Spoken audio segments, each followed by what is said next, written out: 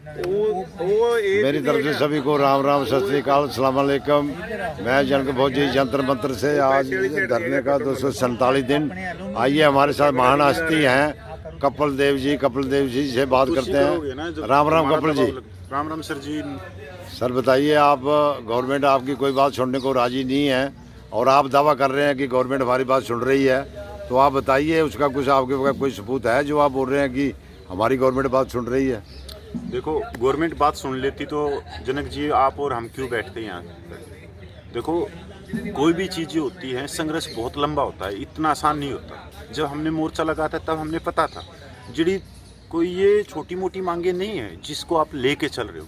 3 retired जजों की committee, एक परिवर्तन है ये भारतीय सेनाओं में आने वाले समय के लिए कि 3 रिटायर्ड जजों की जो कमेटी बनेगी, तो ऐसा परिवर्तन 75 सालों में कभी नहीं हुआ। क्योंकि सेनाओं में आप लोगों को मालूम है कि 1911 के कानून आज भी चल रहे हैं। सेवादारी है, एक भेदभाव है, असमानता है। अगर आप ग्लेशियर की बात करो तो एक ग्लेशियर के अंदर जहाँ 0- की ठंड पड़ती है वहाँ अलाउंस बिल्कुल अलग अलग है, जबकि वो ठंड का और शरीर की वैल्यू के लिए। तो ये बहुत बड़े बदलाव की तरफ है। इसके अंदर बहुत सारी रुकावटें भी, जो रिटायर्ड लाबी हैं या ऑफिसर हेड संस्थाएं हैं जो पिछले 62-65 में बनी थी, जिन्होंने गुमराह किया है। जो भी राजनीतिक पार्टी देश के अंदर आई सभी को ने गुमराह किया। और इसके अंदर आपने देखा भी होगा कि भाई 75 सालों से जवानों की संख्या बल दिखा के नेता कौन बना है, मांगे किसकी पूरी हुई है। और ज़्यादा समय तो नहीं है, 2015 की ये तो बात देख लो। जो 1 रैंक 1 पेंशन थी वो ऑफिसर रैंक ऑफिसर पेंशन होगी 2023 में। ये सच्चाई है आप लोगों की। और मैं तो कहता हूँ 247 दिन हुए।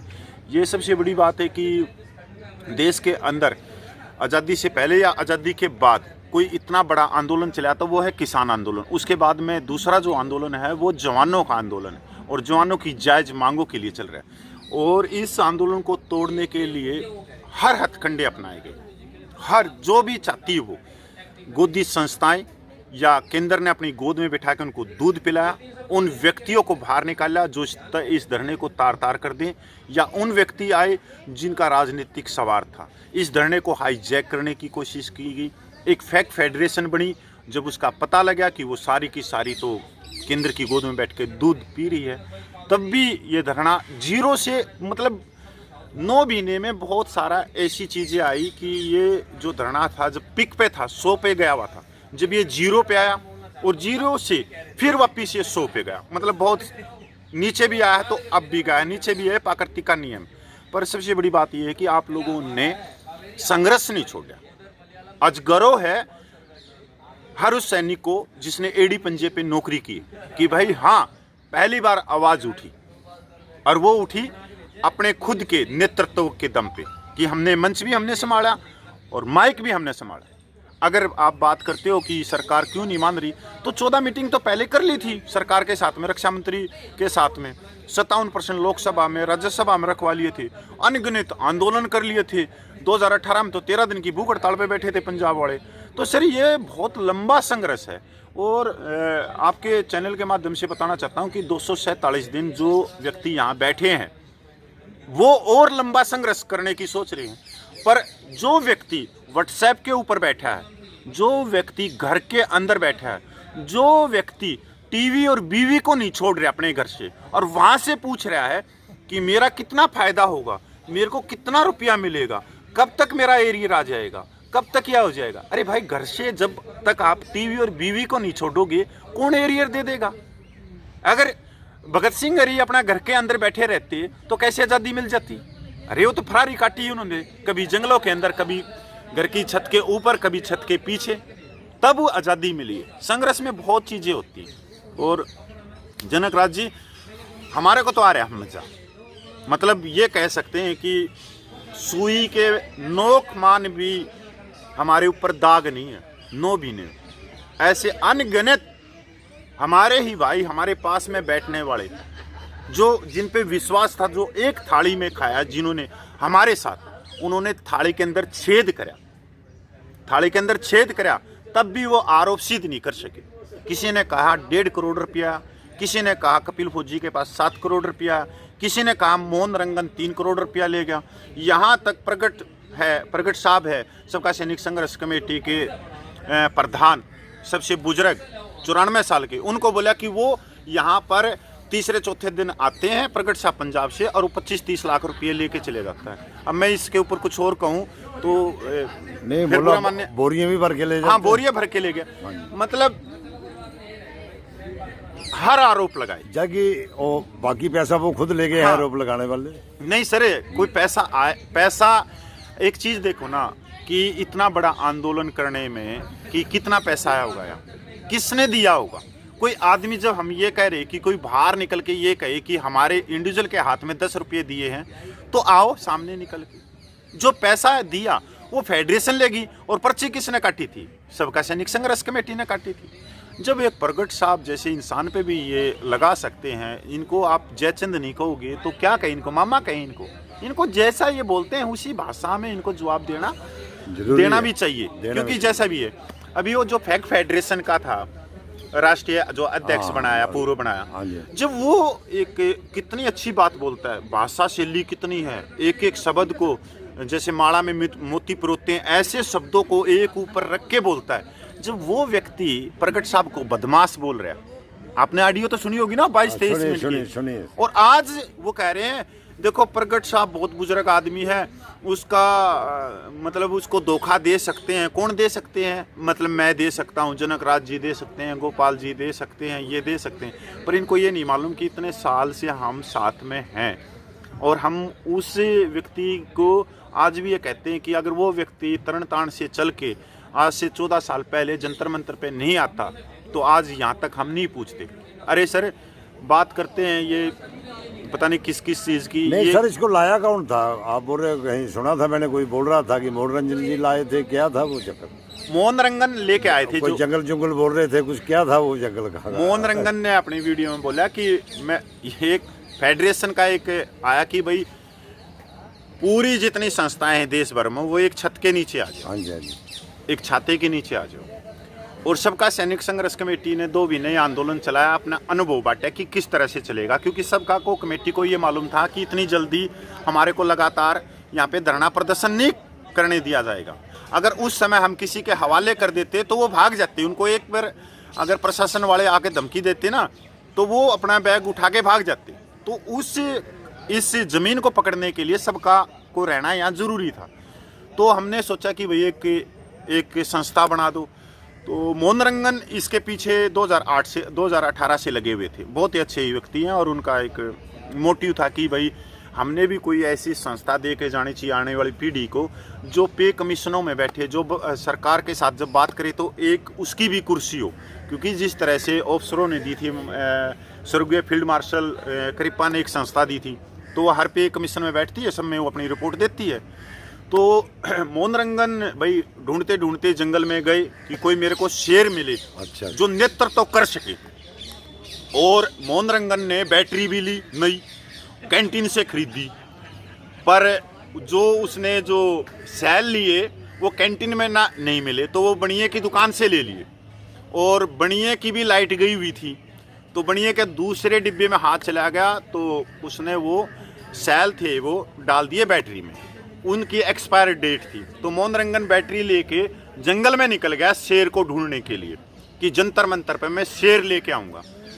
तो भाई मोहन रंगन को शेर भी दिखाई दिया, मुकाबला भी हुआ, शेर को समझाया भी और शेर मान्या भी, और शेर के कान पकड़ लिए मोहन रंगन ने जयपुर में। मतलब पूरे देश में घूमते घूमते, क्योंकि शेर आगे मोहन रंगन पीछे, तो जयपुर में उन्होंने जाके शेर को पकड़ लिया। शेर को जयपुर में पकड़ा तो शेर के कान पकड़ के वो दिल्ली लेके आया। दिल्ली लेते क्योंकि रात को चला तो सुबह होगी दिल्ली लेते। तो दिल्ली लाने के बाद में जब उसने देखा कि भाई शेर हमारे सामने खड़ा किया, तो कि भाई मैं शेर लेके आया हूँ, तो वहाँ जितने आगे खड़े थे सब हंसने लग गए मोहन रंगन के ऊपर। मोहन रंगन देखे कि हंस क्यों रहे हैं सभी मेरे ऊपर, कि मैं तो कह रहा हूँ कि शेर लेके आया, और हमारे को दिख रहा कि गधा लेके आया हुआ है, गधे के कान पकड़ रखे हैं, गधे के कान पकड़ रखे हैं। तो जब हमने बताया कि मोहन रंगन जी आप शेर की जगह गधे के कान पकड़ लाए, तो मोहन रंगन ने जब देखा कि तो मैं तो गधे का कान पकड़ लिया, और इतने बड़े जंगल से मैं तो शेर लेने गया था। तो सर यही है कि जो जवानों की जो जायज़ मांगे हैं कोई भी आंदोलन जब खड़ा होता है सदियां लग जाती हैं उसको, और इसके ऊपर बहुत सारा संघर्ष है इस आंदोलन में। संघर्ष एक दिन का नहीं है। अगर ऐसी होती तो बहुत सारी संस्थाएं हैं देश में, नेशनल लेवल की भी हैं, जो कोर्ट कचहरी के नाम से पैसा खा रही है, मिलिट्री सर्विस पे के नाम से, एक्स ग्रुप के नाम से, मैं तुम्हारी पेंशन बढ़वा दूंगा, तुम मेरे अकाउंट में रुपया दो, दान दो, और हम कोर्ट कचहरी करेंगे। सारे केस कोर्ट कचहरी में फंसा दिए, पर जंतर मंतर पे नहीं बैठेंगे, एक दिन भी, 2 दिन भी नहीं बैठेंगे। संघर्ष करेंगे, एक दिन की रैली करेंगे, पैसा इकट्ठा करेंगे, निकल जाएंगे। ये बहुत अलग चीज है। और इस संघर्ष के लिए 14.5 साल में लाठियां खाई हैं, पुलिस की गिरफ्तारियां हैं, 6 केस चल रहे हैं, हाई कोर्ट तक की जमानत पे हैं इसके मेन व्यक्ति। कोई ये मामूली बात है? क्या मतलब है? क्या जो जवानों को जो अधिकार मिलेगा, जो उनकी पे पेंशन बढ़ेगी, क्या वो हमारे अकाउंट में डालेंगे 1 आधा रुपये? अरे अब तो 2 महीने से तो यहाँ पैसा लेना बंद कर दिया। जो आया, जो दान अपने दम पे चला रहे। और कौन कौन भाई कह रहा है कि हमने पैसा दिया और हम खा गए? तो आज भी हम ये कह रहे हैं कि अपनी पर्ची लेके आओ और लेके जाओ। जो सबका कमेटी की पर्ची पे कटा है लेके जाओ। अगर जनक राज जी आपने 100 रुपये दिए तो हम 100 का तो वचन नहीं दे रहे, 60 रुपये का वचन आज भी दे रहे। अगर नहीं होंगे तो काफी में लिख लेंगे, जब धरना खत्म होगा, जब अकाउंटों में पेंशन बचने लग जाएगी तब दे देंगे, तब दे देंगे। पैसा किसी का नहीं है, क्योंकि संघर्ष के अंदर जिन आदमियों ने लाठियां खाई हैं उनके लिए पैसा क्या कीमत रखेगा। और मान भी लो यहाँ 20-25 लाख रुपया आ भी गया होगा तो एक सबका कमेटी का एक मेंबर के हिस्से में कितना होगा? 20,000 रुपया, 25,000 रुपया। क्या 25,000 रुपये में हम अपना ज़मीर बेच देंगे? यहाँ ऐसे व्यक्ति भी हैं जो सबका सैनिक संघर्ष कमेटी से ताल्लुक़ नहीं रखते, जैसे विजय भाई है, ये पहले दिन से है यहाँ पे, हफ्ते में 4 दिन 5 दिन इनकी हाजिरी रहती है। नहीं लगातार आते हैं सर, वो तो लगातार आते हैं ना। कभी इन्होंने देखा हो कि कोई भाई अपने यहाँ से कोई बैग भर के ले गया हो पैसे से, या कभी इन्होंने देखा हो कोई हमारे इंडिविजुअल के हाथ में दिए हो पैसे? तो आज तक तो पूरे देश में 28 लाख सैनिकों में कोई मिला नहीं। तो आज ये है कि अच्छा, ये जो आपका रेलवे रोको आंदोलन है, इसके बारे में जनता को क्या संदेश देखो? 25 नवंबर को जो है वो जनता ज़्यादा से ज़्यादा पहुंचे, तो इनको कुछ बताएंगे आप? सर देखो, अगर आंदोलन पीछे हटता है तो आंदोलन ही पीछे नहीं हटता। 28 लाख पूर्व सैनिकों की जायज़ मांगे भी पीछे हटती हैं। 2024 का जो साल है वो बहुत महत्वपूर्ण है। उसमें 1 रैंक 1 पेंशन का तीसरा भाग है। 8वां पे कमीशन की कमेटी गठित हो जाएगी, जिसके अंदर सिफारिशें चलने लग जाएंगी, मीटिंगें होने लग जाएंगी, प्रेजेंटेशन देने लग जाएंगे अपने अपने डिपार्टमेंट, जो भी डिपार्टमेंट है, रेलवे है, फलाना सा है, सब कुछ है। 50% डी हो जाएगा। तो 2024 का साल बहुत महत्वपूर्ण है। और अगर आज ये आंदोलन किसी भी तरह से पीछे हट गया ना, तो सर हम बिल्कुल खाली रह जाएंगे। सबसे बड़ा नुकसान है प्रीमेच्योर रिटायरमेंट का। प्रीमेच्योर रिटायरमेंट को आज नहीं पता लग रहा कितना उनका नुकसान है। इस 1 रैंक 1 पेंशन के दूसरे भाग में उनको सीधा 2300 रुपये का नुकसान तो पहले हो चुका है, और अगले 6 महीने में और ज़्यादा नुकसान होगा। जेसीओ रैंक का 2015 से ही नुकसान चल रहा है पे पेंशन में, क्योंकि आप देखोगे आज एक हवलदार है, उसकी पेंशन 23,000 रुपये है, और एक जेसीओ रैंक है वो 28,600 रुपया ले रहा है। क्या फ़र्क रह गया? 5,000 रुपये का। एक ने करी 15 साल सर्विस, एक ने करी 28 साल सर्विस। तो होना चाहिए, जिसका जो हक बनता है, जेसीओ रैंक का जो हक बनता है उसको मिलना चाहिए, जो हवलदार का हक बनता है वो उसको मिलना चाहिए। हम ये नहीं कह रहे मैं नायक कि भाई मैं नायक हूँ, मेरे को तो हवलदार की पेंशन दे दो, मेरे को सूबेदार की नहीं। भाई हमने नहीं चाहिए, जो मैं नायक हूँ मेरे को उतनी ही दे दे, पर वो दे दे समानता के साथ में। और इसके बाद में 8वां पे कमीशन। अगर अभी ये भाई किसी भी तरह से पीछे हटते हैं, क्योंकि देखो गुमराह बहुत किया जा रहा है, जो गोदी संस्थाएं भी उतरी हुई है, गोदी संस्थाएं या गोदी व्यक्ति या हमारे ही भाई जो चापलूस हैं, वो भी धरने को तार करने की कोशिश करें, क्योंकि वो राजनीतिक उनका स्वार्थ है।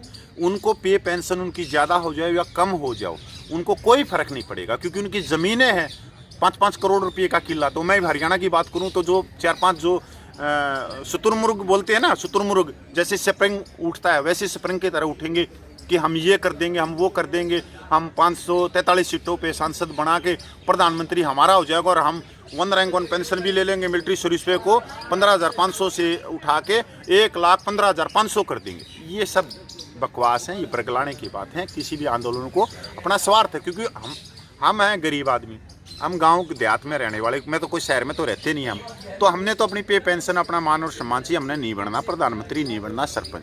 वो 7.5 लाख माता बहनें हैं, उनको तो यार गांव से और शहर का रास्ता भी नहीं मालूम होगा, ECHH कहाँ है, CSD कहाँ है। आप उनकी भी देखो जो 80-80 90-90 साल की हैं, वो भी तो अपने पे पेंशन के लिए आशीर्वाद दे रही होगी। तो 25 नवंबर आप लोगों के लिए एक मौका है, अभी नहीं तो कभी नहीं। क्योंकि संघर्ष में सारी चीज़ें होती हैं, लाठियाँ भी खानी पड़ती हैं, FIR भी होती है, सब कुछ चीज़ें होती हैं। आप लोगों ने देखा होगा जंतर मंतर पर 4 केस हो लिए, जब पुलिस ने पकड़ के बस में भगाए, तो आधे में तो वो पुलिस वाले के डंडे खाने पड़ते हैं। वो बसों की पाती निकली होती हैं लोहे की, वो भी छील जाती है, मेरा हाथ छिल गया था पूरा। तो वो सर वो सारी चीज़ें चलती है, पर जब भी खून निकलता है तो उसमें भी एक खुशी महसूस होती है, लोगों का आशीर्वाद मिलता है, उनकी दुआ मिलती है। तो मैं 25 नवंबर को लिए फिर करता हूँ। 25 नवंबर का याद रखना, कोई आदमी बोले ना। ये थे हमारे साथ कपिल फौजी। इसी के साथ राम राम। इस वीडियो को ज़्यादा से ज़्यादा शेयर करें और सब्सक्राइब करें। मैं जनक फौजी। जय हिंद, जय भारत।